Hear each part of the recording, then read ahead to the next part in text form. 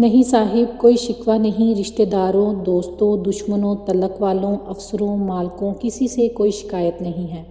نہ سرکار سے کوئی گلہ ہے، نہ اللہ میاں سے کوئی شکوہ۔ وہی ہوتا ہے جو منظور خدا ہوتا ہے۔ قسمت کا لکھا کون کیسے مٹا سکتا ہے؟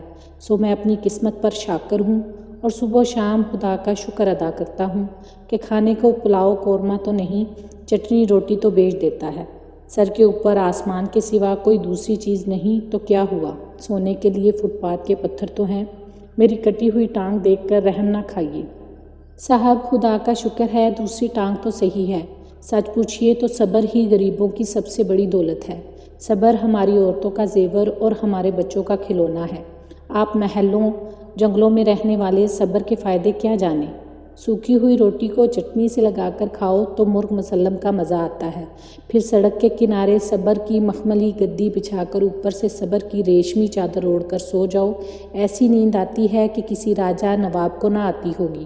اور جب مشین میں آ کر میری ٹانگ کٹ گئی اور مل مالکوں نے ہرجانہ دینے سے انکار کر دیا تو میں کباڑی کے ہاں سے 2 روپے میں یہ ٹوٹی ہوئی بیساکھیاں خرید کر اچھلتا کودتا لنگڑاتا ہوا ایک ڈاکٹر کے ہاں پہنچا جو نکلی ٹانگ بنانے میں مشہور تھا۔ اس نے ربڑ کی ٹانگ لگانے کے لیے 1000 روپے اور لکڑی کی ٹانگ کے لیے 500 روپے مانگے۔ میری جیب میں صرف 7 روپے نکلے۔ تو آپ جانتے ہیں میں نے کیا کیا؟ نہ ربڑ کی ٹانگ لگوائی نہ لکڑی کی، صبر کی ٹانگ لگوائی۔ اس دن سے آج تک انہی ٹوٹی ہوئی بیساکھیوں اور صبر کی ٹانگ سے گزارا کر رہا ہوں۔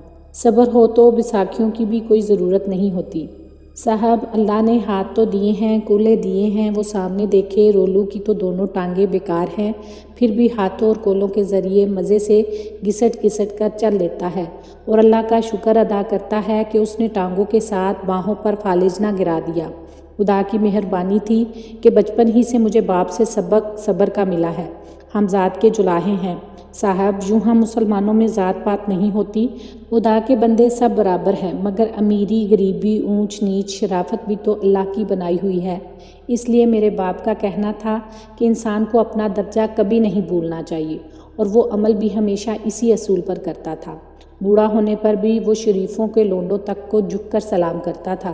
ہر پٹھان کو ہاں صاحب، ہر سید کو میر صاحب، ہر بنیے کو لالا جی اور ہر برہمن کو پنڈت جی اور ہر چھوٹے سے چھوٹے افسر کو یہاں تک کہ پٹواری لمبردار تک کو سرکار کہتا تھا، مگر وہ سب اسے بنیا جلاہا ہی کہا کرتے تھے۔ ان امیر شریفوں کے بچوں کو اجلے کپڑے پہنے کتابیں ہاتھ میں لیے اسکول جاتے ہوئے دیکھ کر ہم بھائیوں کا بھی جی چاہتا تھا کہ ہمارے بھی ایسے کپڑے ہوں اور پڑھ لکھ کر ہم بھی افسر بنیں، مگر باپ ہمیں سمجھاتا، بیٹا اپنی اوقات کبھی نہ بھولنی چاہیے۔ خدا نے جو درجہ دیا ہے اسی پر شکر سے صبر کرنا چاہیے، نہیں تو کوا چلا ہنس کی چال والی کہاوت ہو جائے گی۔ میرے باپ کو کہاوتیں بہت یاد تھی سر، جیسا بھی موقع ہوتا وہ فوراً کوئی نہ کوئی کہاوت سنا دیتا۔ ایک برس کی بات ہے جب ہم شہر کے ایک آڑتی بنیے کے کمبل بنا کرتے تھے، وہ ہمیں اون اور فی کمبل 1.5 روپے کتائی اور بنائی کا دیتا اور پھر وہی کمبل 10 روپے 11 روپے میں بازار میں بیچتا۔ ہاں، ایک برس عید کے موقع پر بابا کو آڑتی کے ہاں سے رقم نہ ملی۔ بات یہ تھی کہ اس سال ولایت اور جاپان سے مشین سے بنے ہوئے جاگ جیسے ملائم کمبل سستے داموں آ گئے تھے اور ہمارے مظفر نگر کے کمبلوں کی مانگ بہت کم ہو گئی تھی۔ سینکڑوں کمبل بنا بکے پڑے ہوئے تھے اور خود ہمارے والے آڑتی نے ولایتی کمبلوں کی ایجنسی لے لی تھی۔ ہاں، تو جب بابا کو 50-60 کمبلوں کی بنائی نہ ملی تو وہ بیچارہ ہمارے لیے کپڑے کہاں سے بنواتا؟ وہی پچھلے سال کی عید کے کپڑے ماں نے گھر میں صابن سے دھو کر دے دیے۔ جب ہم نے اپنے پڑوس میں وکیل صاحب کے بچوں کو ریشمی اچکنے اور نئی ترکی ٹوپیاں پہنے دیکھیں تو ہمیں بڑا رونا آیا، پر بابا نے کہا، ارے روتے کیوں ہو؟ وہ امیر اپنے مال میں مست ہیں اور ہم غریب اپنی کھال میں مست۔ یہ بات میرے دل میں بیٹھ گئی۔ وہ دن اور آج کا دن، جب بھی کبھی کسی امیر رئیس کو بڑھیا کپڑے پہنے اکڑ پھوں کرتے دیکھتا ہوں تو فوراً اپنی کھال پہ مست ہو جاتا ہوں۔ ہاں صاحب، تو جب میں بڑا ہوا تو کئی برس تو اپنے باپ کے ساتھ کمبل بننے کا کام کرتا رہا، مگر جب یہ دھندا مان پڑ گیا تو میرے باپ نے نمبردار سے سفارش کر کے مجھے تحصیلدار صاحب کے ہاں نوکر رکھ دیا۔ تحصیلدار صاحب شہر کے باہر تحصیل کے پاس ایک بنگلے میں رہتے تھے۔ اللہ بخشے خان قدرت اللہ خان نام تھا ان کا۔ بڑے باروب تھے، یہ بڑی بڑی مونچھیں اور آواز ایسی کہ کسی کو زور سے ڈانٹ دیں تو ڈر کے مارے پیشاب نکل جائے۔ شہر بھر ان سے کانپتا تھا۔ ان کے ہاں بس میں ہی ایک نوکر تھا۔ تحصیل کے 2 چپڑاسی بھی کچہری کے وقت کے بعد اوپر کا کام کرتے تھے، مگر گھر کا سب کام کاج مجھی کو کرنا پڑتا تھا۔ کھانا پکانے کے لیے ایک بڑھیا 2 وقت آ جاتی تھی، مگر جھاڑو دینا، روز کمرے کی میز کرسیاں جھاڑنا پونچھنا، تحصیلدار صاحب کو ہر 15-20 منٹ بعد حقہ بھر کر دینا، برتن دھونا، بستر بچھانا، بازار کا سودا سلف لانا، یہ سب میرے کام تھے۔ اور ہاں، ان سب کاموں کے علاوہ ایک کام اور بھی تھا، وہ تھا تحصیلدار صاحب کی بیٹی بانو کی کتابیں اٹھا کر اسے اسکول چھوڑ کر آنا۔ لڑکیوں کا اسکول کوئی دور نہ تھا، بنگلے سے بمشکل آدھے میل کا ہوگا، اور کھیتوں سے ہو کر جاؤ تو اس سے بھی کم، مگر تحصیلدار صاحب کی شان کے خلاف تھا کہ ان کی بیٹی کتابیں اٹھا کر جائے، اس لیے بانو کو اسکول پہنچانا اور واپس لانا میرا فرض تھا۔